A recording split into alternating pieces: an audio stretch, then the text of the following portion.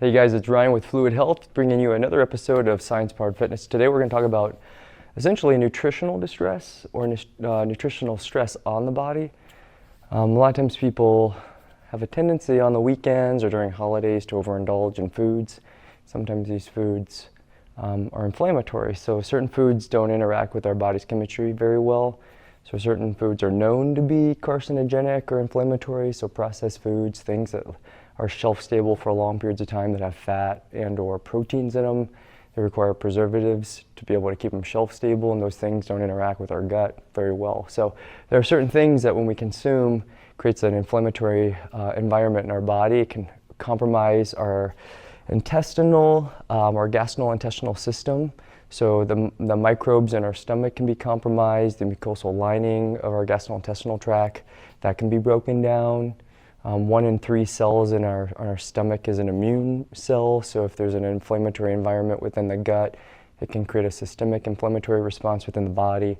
And then just basic macro breakdown, so certain amounts of fats or trans fats, saturated fats or simple sugars that can create systemic inflammation in the body as well. But main thing is, let's say we've done that on a Saturday night because we went out with our friends, we had a good time, maybe had a couple beers.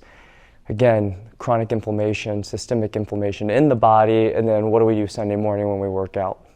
Well, the idea is, what do you do to mediate that stress on the body? Do you go work out harder and put more stress on the body? Do you try to purge in some way? We know a lot of people have these strategies. They go do something and they feel like they have to compensate or make up for it.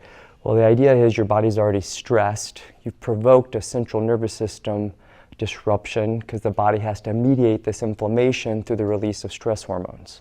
So essentially, you've actually secreted a hormone that prepares the body for a fight or flight response, which triggers a sympathetic response from the body's nervous system. And essentially that means your body is in a state of recovery or catabolic. That means it needs to recover. So if we take a Sunday workout and beat ourselves up and create physical stress on the body with the nutritional stress, sometimes that can create overtraining and actually hurt us more than help us. So the way that we regulate that is through heart rate variability. We can use a heart rate strap and look at the autonomic nervous system activity, which is essentially the measure of the space between the beats of your heartbeats. And it looks to see how it's monitored or measured and how is it regulated by your sympathetic and parasympathetic nervous systems. Now again, that's not something that we can dive into today, but just know that those are the nervous systems that support our fight or flight or rest and digest systems. And 99% of the time we want to be in rest and digest. So our body should be experiencing bouts of stress and then recovering from it and getting better. So again, guys, just make sure that, again, we don't just train to compensate for other activities. We understand what's happening in the body, and we understand how to regulate stress on the body after the fact so we don't keep peeping on, so that we can avoid overuse, injuries, and then obviously comorbidities, mortalities. If we always do these things on our body and disrupt our physiology, we can actually create greater issues down the road, not only just in our musculoskeletal systems, but in our cardiovascular systems too. So we want to protect that. Questions on any of this stuff, reach out at admin@fluidhealthandfitness.com. But remember, guys, your body's designed to move, so stay in motion, eat well, make sure you get enough nutrients and the right ones, and stay at it. We'll talk to you guys soon.